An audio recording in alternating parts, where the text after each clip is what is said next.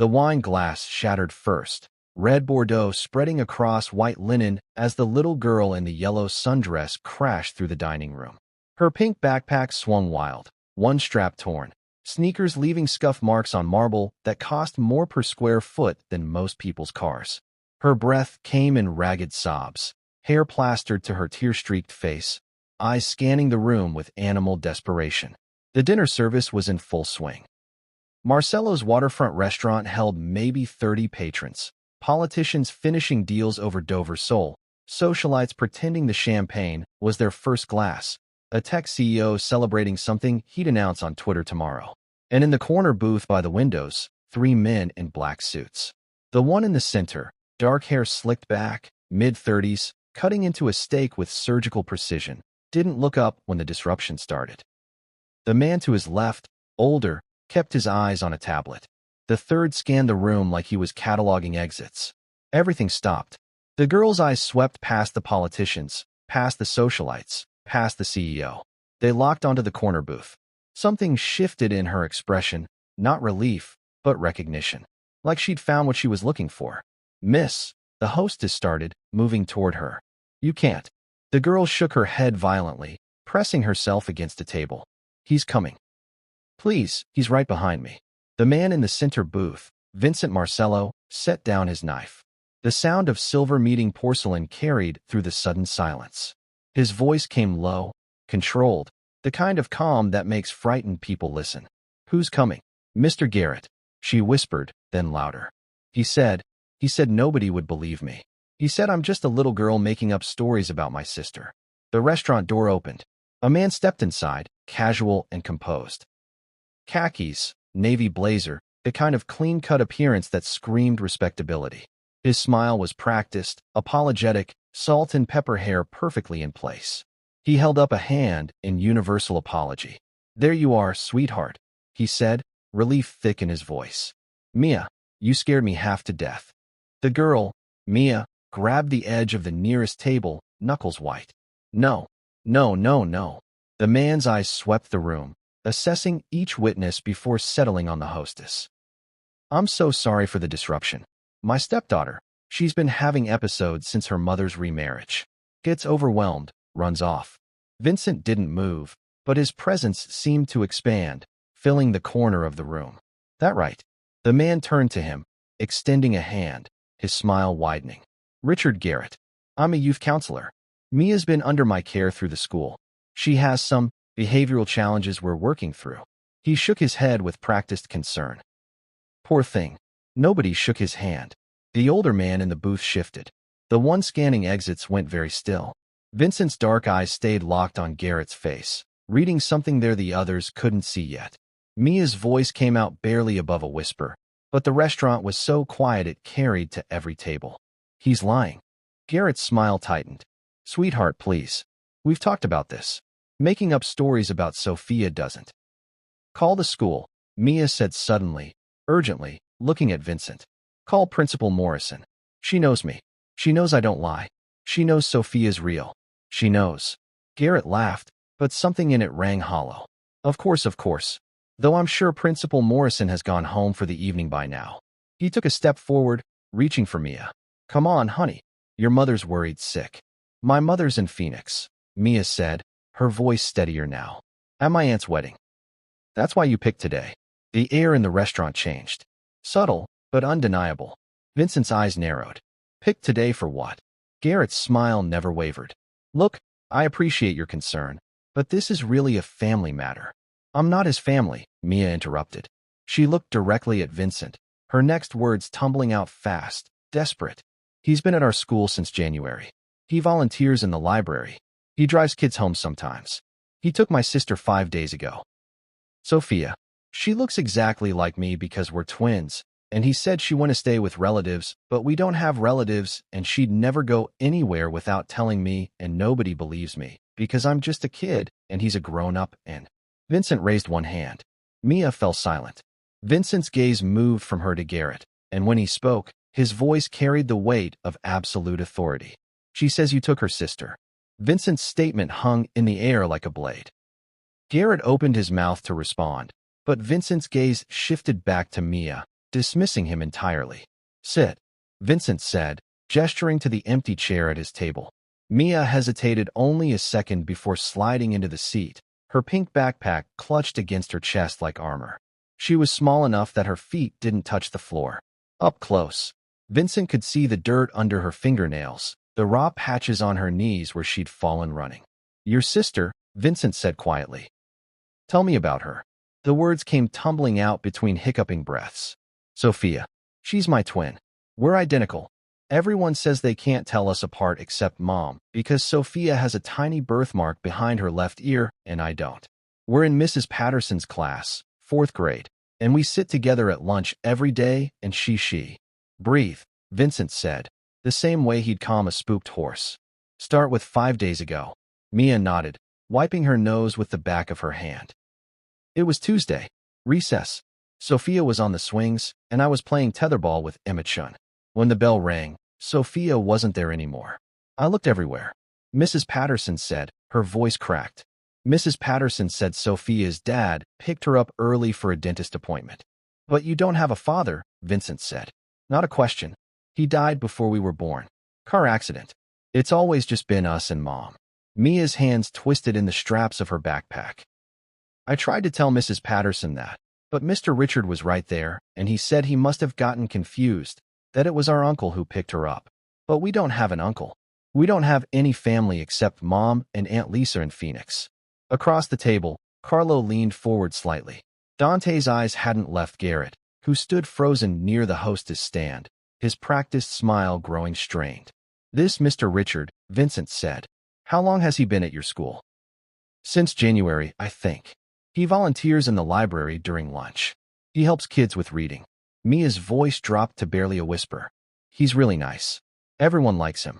He brings cookies sometimes, and he knows everyone's name, and She looked up at Vincent, her eyes red-rimmed and desperate.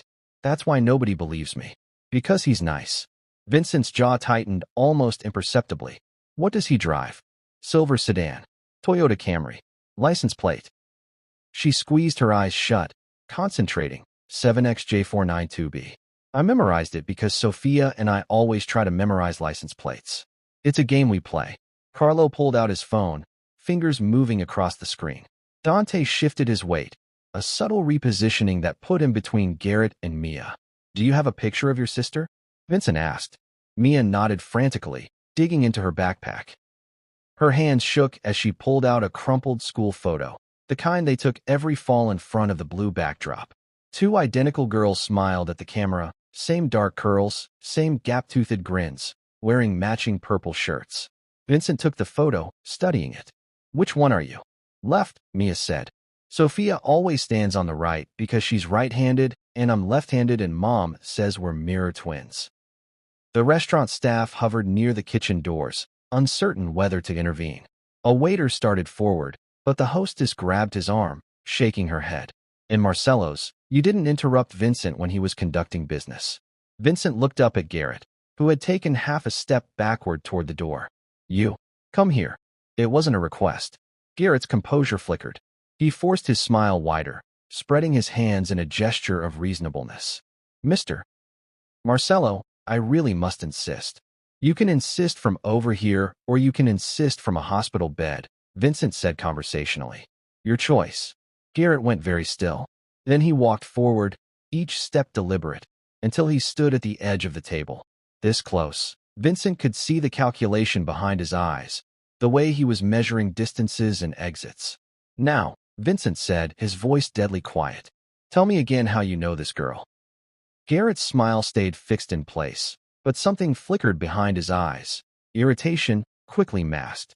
He straightened from his crouch beside Mia's chair, brushing imaginary dust from his khakis, as if the accusation were merely an embarrassing social hiccup.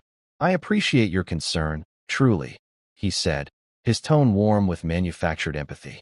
But Mia has been struggling since her mother's remarriage 2 months ago. The transition has been, he paused, choosing his words carefully, challenging for both girls. We don't have a biological father, Mia whispered, her voice shaking. He's lying. Garrett's expression softened into practiced sympathy, the kind perfected over years of working with children. Sweetheart, I know this is confusing. Your stepfather David is wonderful, but adjusting to a new family dynamic is difficult. The child psychologist Dr. Weinstein explained this to your mother.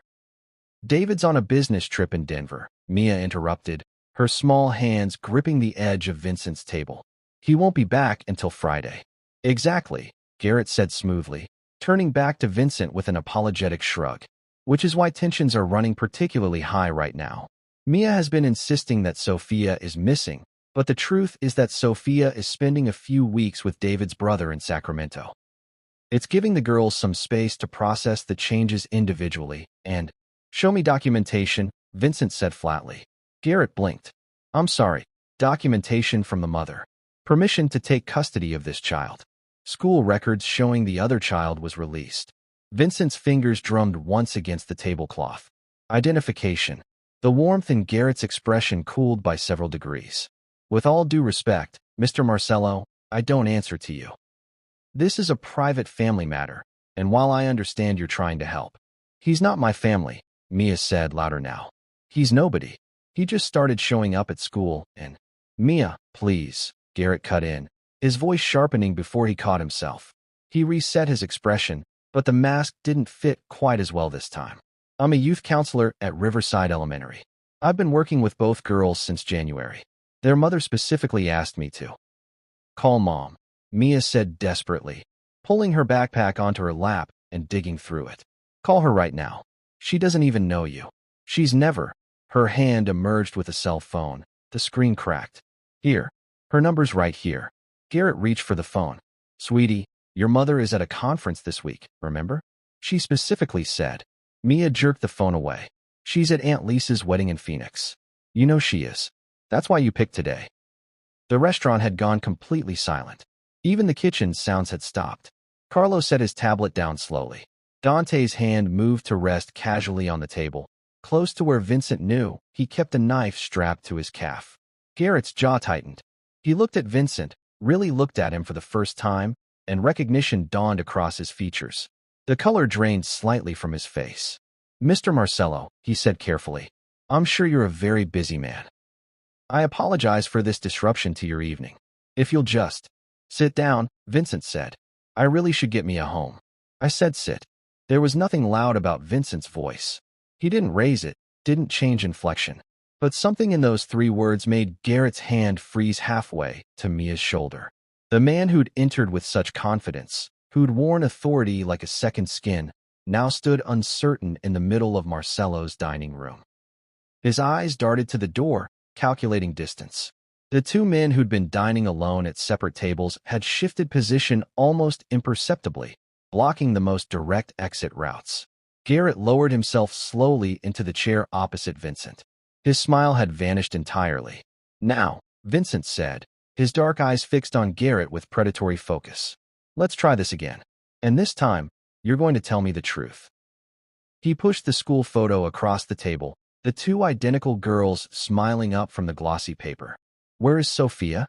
Garrett leaned back in his chair, threading his fingers together in a gesture of infinite patience. Mr. Marcello, I've been a youth counselor for 15 years.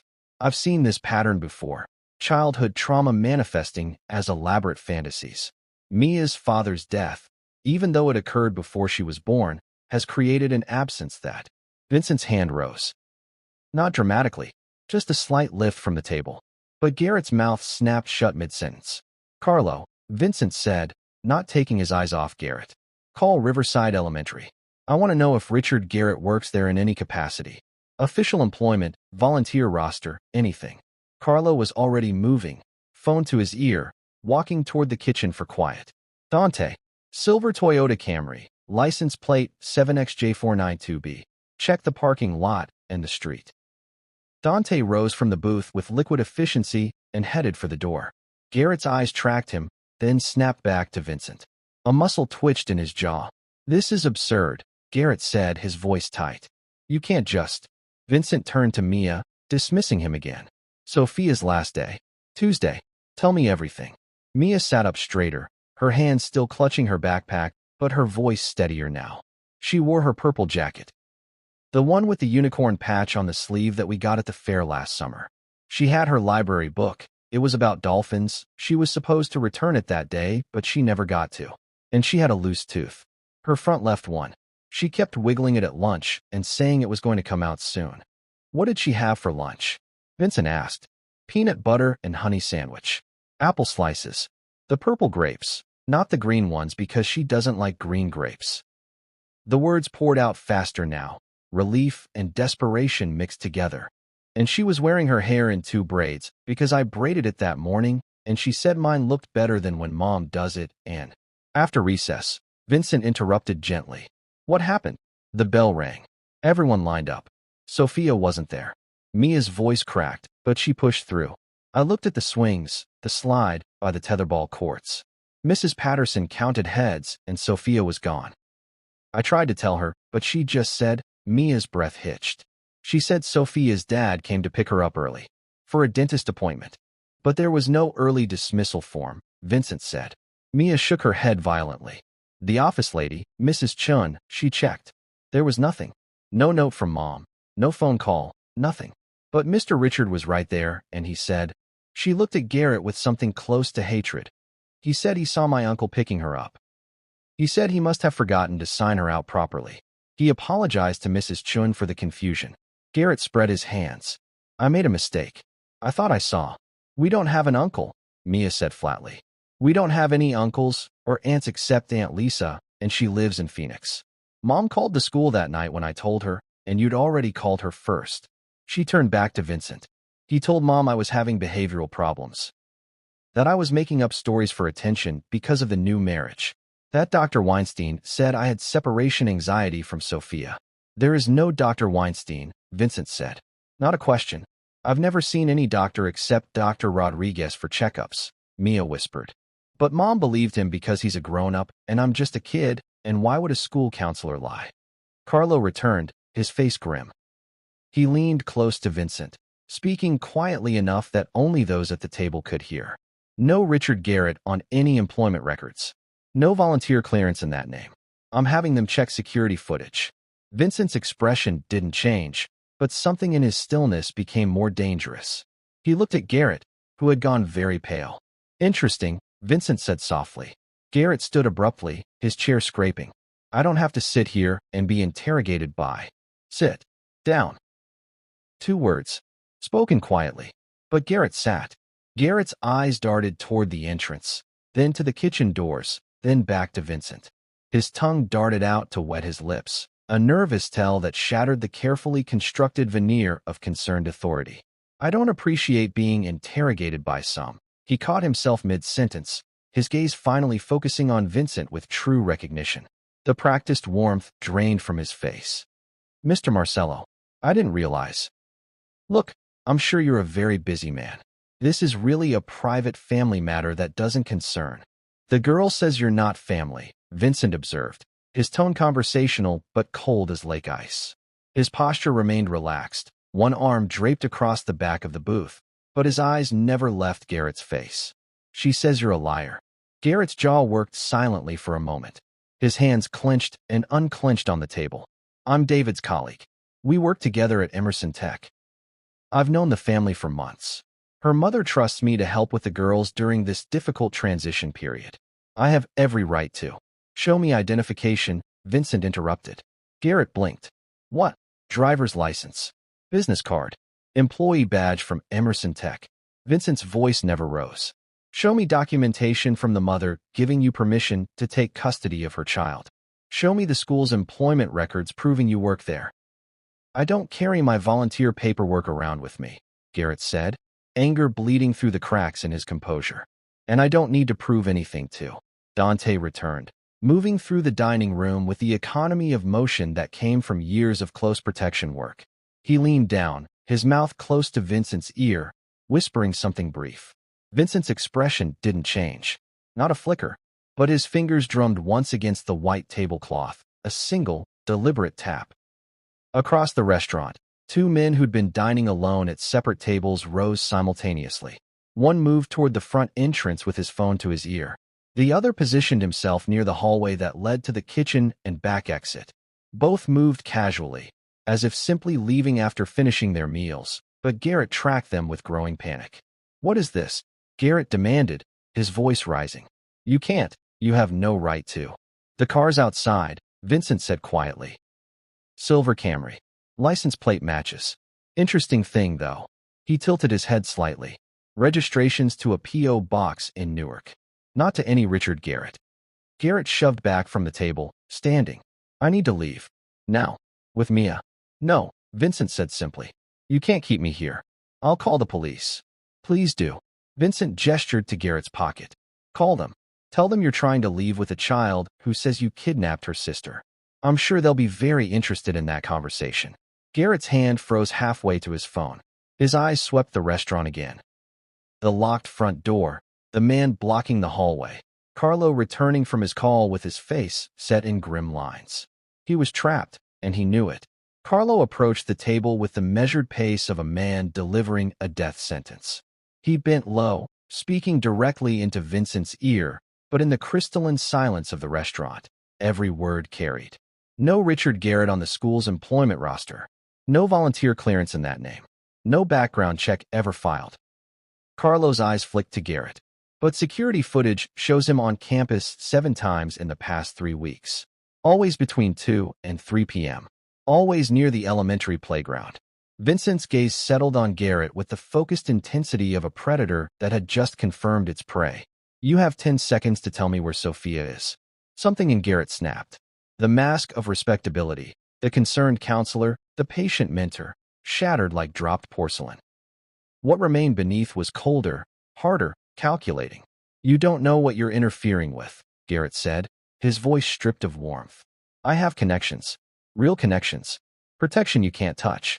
That girl, he jabbed a finger toward Mia with undisguised contempt, is an imaginative little liar, and you're making a serious mistake getting involved in. Vincent stood. He wasn't tall, wasn't broad-shouldered or physically imposing. But when he rose from that booth, the air itself seemed to thicken. His presence expanded to fill the dining room, pressing against every wall, suffocating in its quiet menace. You just made 3 mistakes, Vincent said, his voice soft as silk over steel. First, you threatened a child in front of me. He took 1 step forward. Garrett took 1 step back. Second, you threatened me in my own establishment. Another step. Third, he made a subtle gesture. The restaurant manager, a thin man in his 50s who'd worked for Vincent for 2 decades, moved to the front door and turned the lock. The click echoed like a gunshot. You assumed you were leaving. Garrett's eyes went wide. He spun toward the hallway, but the man positioned there shook his head slowly.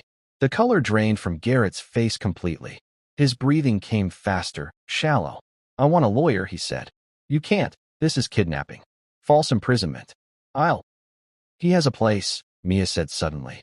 Every head turned toward her. She sat small in the chair, but her voice carried clear and steady through the restaurant. I heard him on the phone. 2 days ago. I was hiding in the library storage room after school because I was scared to go home without Sophia, and he came in talking on his phone. He didn't know I was there. She looked up at Vincent. He said, warehouse by the old shipyard, Unit 7.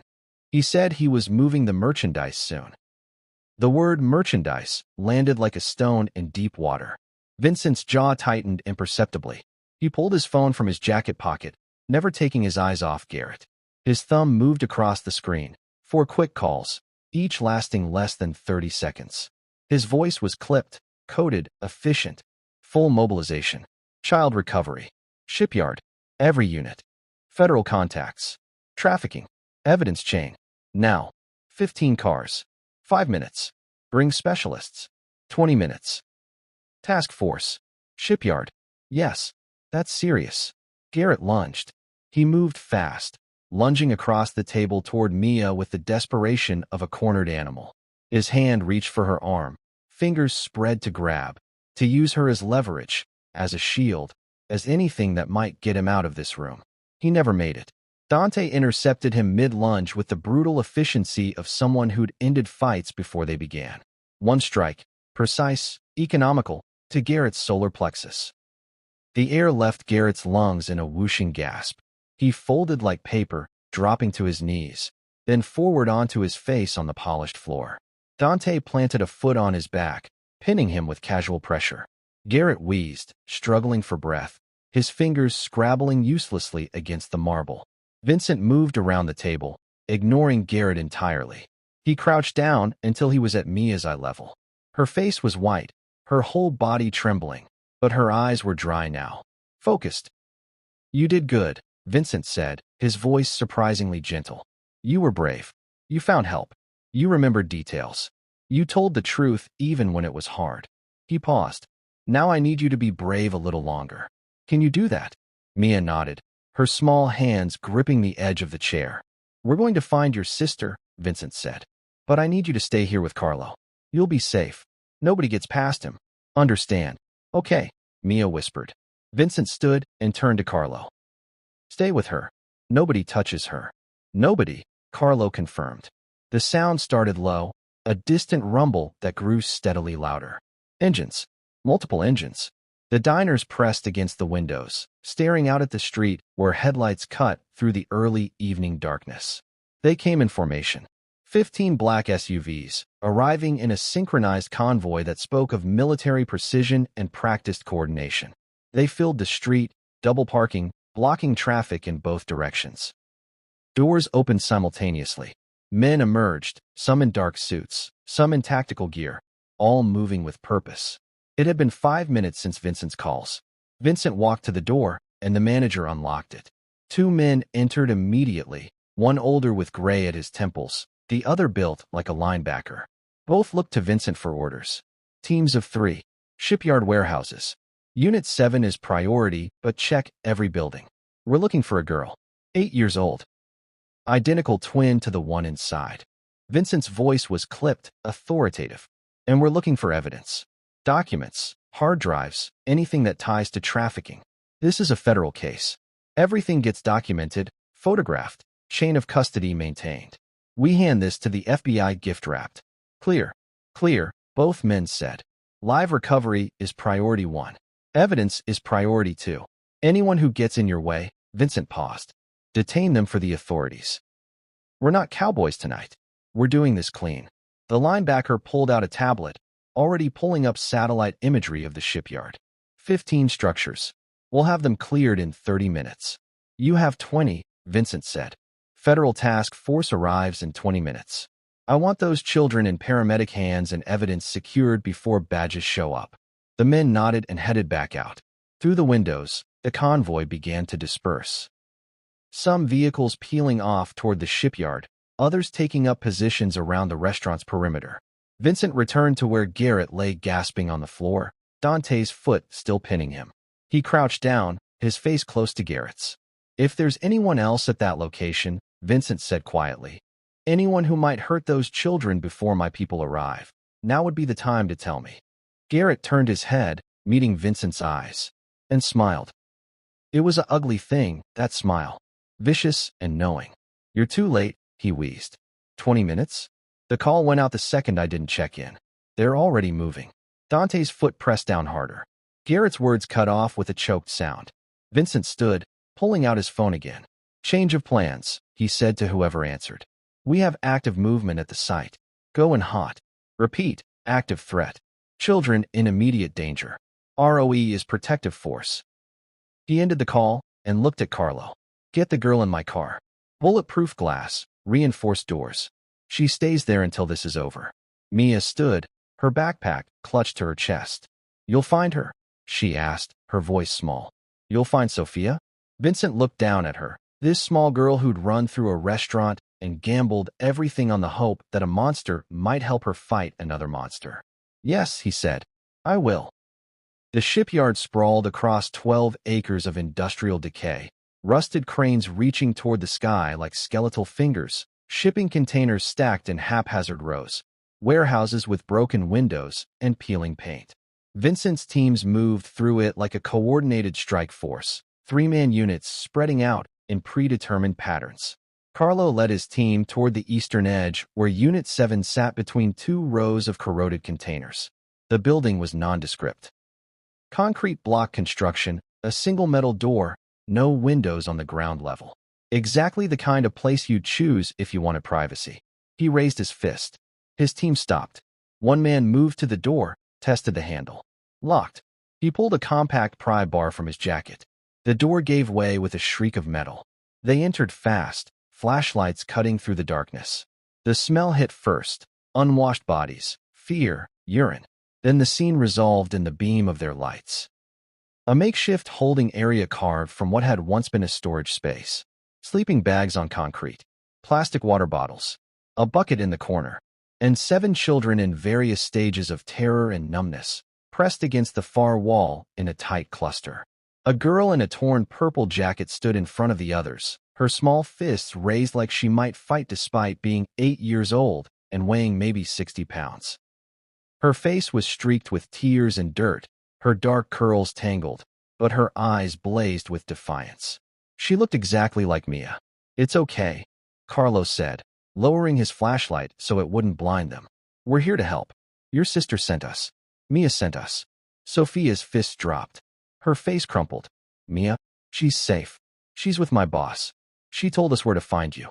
Carlo pulled out his phone, already hitting Vincent's number. "We have her. We have all of them. 7 total. They're alive." Vincent's response was calm, controlled. "Secure the scene. Medical is 2 minutes out. Federal is 5. Carlo turned to his team. "Full documentation.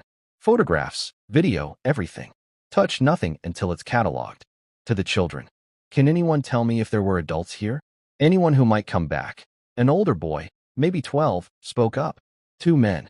"They left an hour ago. Said they were moving us tonight." "Not anymore," Carlo said. Across the shipyard, 2 other teams hit their targets simultaneously. A storage facility 3 blocks south yielded filing cabinets packed with documentation, financial records tracking payments across state lines, coded communications, client lists that made hardened criminals feel sick. Hard drives containing encrypted data that would take FBI tech specialists weeks to fully crack. At a suburban house in Livingston, a 2-man team found what appeared to be a staging location. 2 men were in the process of loading equipment into a van. They didn't resist when they saw the guns. Vincent's people zip-tied them, photographed the scene, documented every item, then called it in. Back at Unit 7, a woman named Maria arrived with the medical team. She'd worked with trafficking survivors for Vincent's organization before, a former social worker who understood trauma and knew how to talk to terrified children. She knelt in front of Sophia. "Your sister is very brave." She ran into a restaurant and asked the scariest-looking man she could find for help. And you know what? He listened. Sophia hiccuped a laugh through her tears. "That sounds like Mia. Let's get you cleaned up and checked out, okay? Then we'll take you to see her." The children were wrapped in blankets, given water, examined by paramedics. Maria and another woman stayed close, talking softly, explaining what was happening, never touching without permission. Carlo's team moved through the warehouse with practiced precision. Every document photographed from multiple angles. Every surface dusted for prints. Every piece of evidence bagged, tagged, and logged with timestamps and GPS coordinates. They weren't cops, but they knew how cops worked, and they knew how defense attorneys worked. Nothing they collected would be thrown out on a technicality. The first federal vehicle arrived 18 minutes after Vincent's call. FBI, not local police. An agent named Morrison emerged, taking in the scene with the grim efficiency of someone who'd worked too many cases like this. Carlo met him at the door. 7 children recovered, unharmed. 2 suspects in custody at a secondary location. Evidence secured and documented. "It's yours." Morrison looked at him for a long moment. "And your involvement?" "Anonymous tip. We were in the neighborhood." Carlo gestured to the warehouse. "Everything's clean. Chain of custody maintained. Your case will hold." More vehicles arrived, federal agents, child protective services, ambulances. Vincent's people melted away, leaving behind only the evidence and the rescued children. At the restaurant, 2 FBI agents arrived to take custody of Garrett.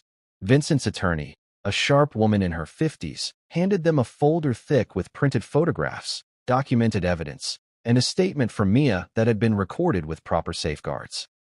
"My client wishes to remain anonymous," she said, "but all evidence was legally obtained and properly documented. You'll find everything you need for prosecution." One agent flipped through the folder, his eyebrows rising. This is better than most of our own cases." "My client takes child safety seriously," the attorney said. They loaded Garrett into a federal vehicle. He was silent now, his face gray, the reality of what awaited him finally sinking in. Vincent watched from the restaurant window as the taillights disappeared. 22 minutes from his first call to federal custody. Not bad. Maria held Mia's hand as they pulled up to the shipyard in Vincent's SUV. The girl had been silent for the entire drive, staring out the window at the city lights blurring past, her pink backpack clutched in her other hand. Almost there, Maria said softly. The shipyard was ablaze with activity. Flashing lights from emergency vehicles, federal agents moving with purpose, paramedics tending to small figures wrapped in blankets. Maria felt Mia tense beside her. Then the warehouse door opened, and a girl emerged between two paramedics. Purple jacket torn at the sleeve, dark curls tangled, face streaked with tears and dirt. Sophia, Mia breathed. She wrenched her hand free and was out of the SUV before Maria could stop her. Her sneakers pounded across concrete, her backpack flying off her shoulders, her entire being focused on the figure ahead. Mia. The twins collided in the middle of the shipyard with the force of two souls finding their missing half. They hit so hard they nearly fell, arms wrapping around each other, faces pressed together, sobbing so hard their small bodies shook. I knew you'd find me, Sophia gasped. I knew. I told the others, my sister will find me. I was so scared, Mia choked out. I thought I couldn't. Your tooth. Sophia pulled back just enough to see Mia's face. Did it fall out? Still loose. Yours. Gone. It fell out yesterday. I saved it for the tooth fairy. They collapsed into each other again, completing thoughts, checking for injuries, reassuring themselves that the other was real and solid and alive. Around them, federal agents and paramedics gave them space, understanding that some reunions were sacred. A car screeched to a halt at the perimeter. A woman stumbled out, still in her airport clothes, her face pale with terror. One of Vincent's men had intercepted her at the gate, told her just enough to get her here. Mia? Sophia. The twins turned as one. Mom! She ran to them and dropped to her knees, pulling both girls into her arms, sobbing apologies and thank yous and promises, all tumbling out together. I'm so sorry. I'm so sorry. I should have listened. I should have believed. It's okay, Mom, Mia said. Mr. Garrett fooled everyone. Not everyone, Sophia said. Mia found someone who listened. Their mother looked up, her eyes red and swollen, scanning the shipyard until she found Vincent standing beside one of the black SUVs. She started to stand, to go to him, but he shook his head slightly. This moment belonged to them, not him. A female FBI agent approached the family with a victim advocate. I know this is overwhelming, but we need to speak with the girls. We have specialists trained in interviewing children. Would that be all right? The mother looked at her daughters. They both nodded. The interviews were conducted carefully, gently, in the back of a specialized mobile unit designed for child witnesses. Mia spoke first, her testimony clear and methodical. She recounted every detail she'd told Vincent. The silver Camry, the license plate, the purple jacket, the loose tooth, the warehouse location she'd overheard. But she added more now, memories flooding back in the safety of her mother's presence and professional support. Garrett's pattern. The other children he'd paid attention to at school. The days he'd offered rides home. The way he'd isolated Sophia during recess, speaking to her privately, building trust before taking her. Sophia's testimony corroborated everything and added crucial details about the warehouse, the two men who guarded them, the van they used for transport, the conversation she'd overheard about moving the children to another state.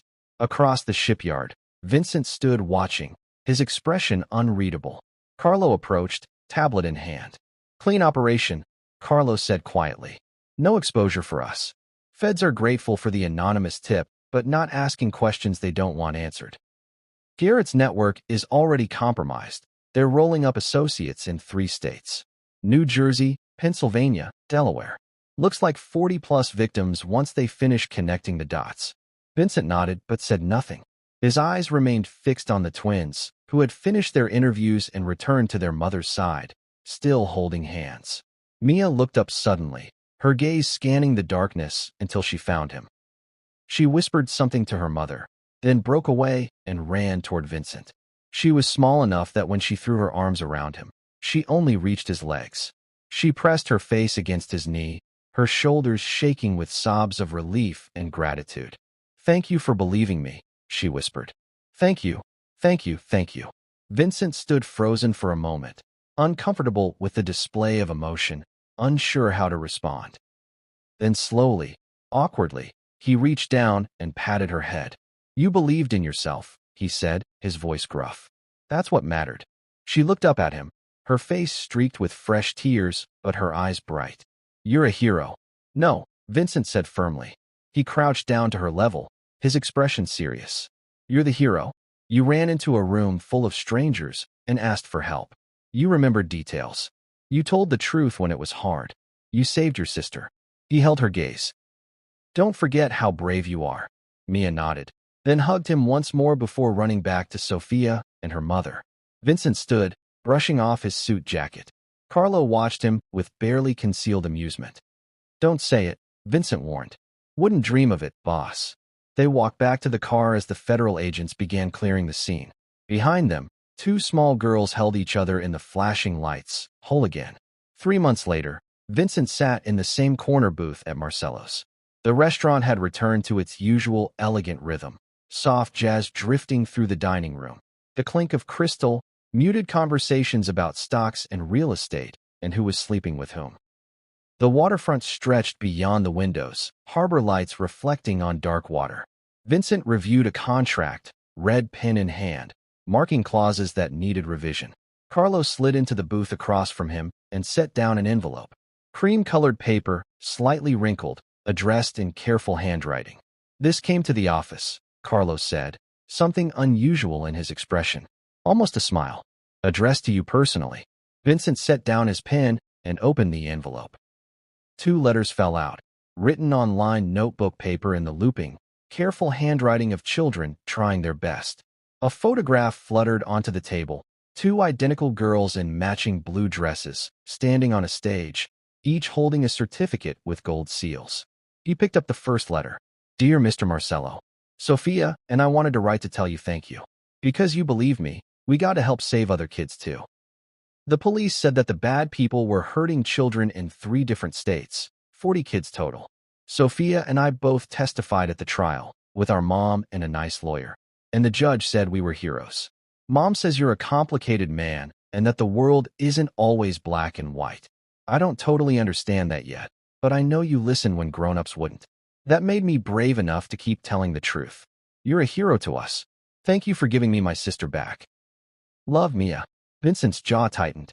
He set Mia's letter down carefully and picked up the second. "Dear Mr. Marcello, Mia told me how you stopped everything to help her when she was scared. When I was in that place, I kept thinking that Mia would find a way to save me because we're twins and we always protect each other. She told me you said she was brave. She is. But so are you. Thank you for being the kind of man who helps kids even when it's not your job. Love, Sophia."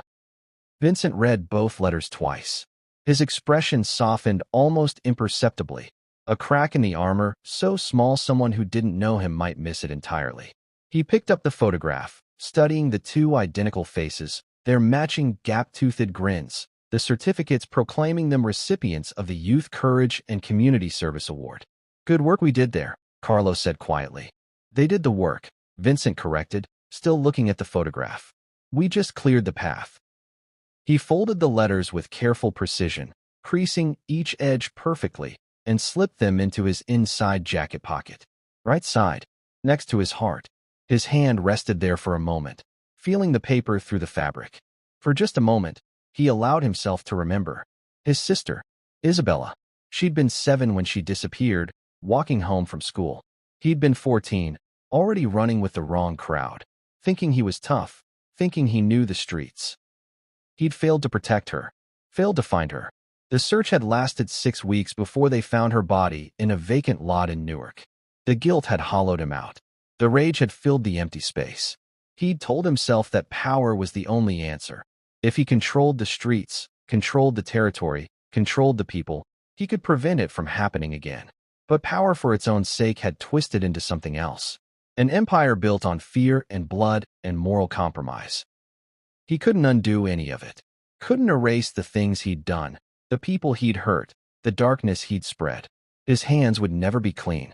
But in this moment, holding 2 letters from 2 small girls who'd survived because he'd chosen to listen. He understood something he'd forgotten in the years since Isabella. Power, when wielded to protect rather than exploit, could still mean something. Redemption wasn't about transformation into someone new. It was about choosing, in crucial moments, to be better than what you'd become. Vincent stood, buttoning his jacket. The letters pressed against his chest, a small weight that somehow felt significant. "Let's go," he said. "We have business to attend to." As they walked toward the exit, Carlo noticed something different in Vincent's bearing. Not softer, Vincent would never be soft, but more purposeful somehow, as if he'd remembered something important about who he'd meant to be before the world had taught him to be someone else. Outside, the street was quiet. No black SUVs, no convoys, just Vincent's personal car waiting at the curb, and beyond it, a city settling into night. Somewhere in that city, 7 children were sleeping safely in their beds. 40 families were beginning the long process of healing. 2 twins were learning that truth, no matter how small the voice that spoke it, could shake empires and topple monsters. And in the corner booth at Marcello's, a photograph of 2 smiling girls rested against the heart of the city's most feared man. A reminder that even in the darkest territories, children could still find heroes. And sometimes, if they were very lucky, heroes could still find redemption.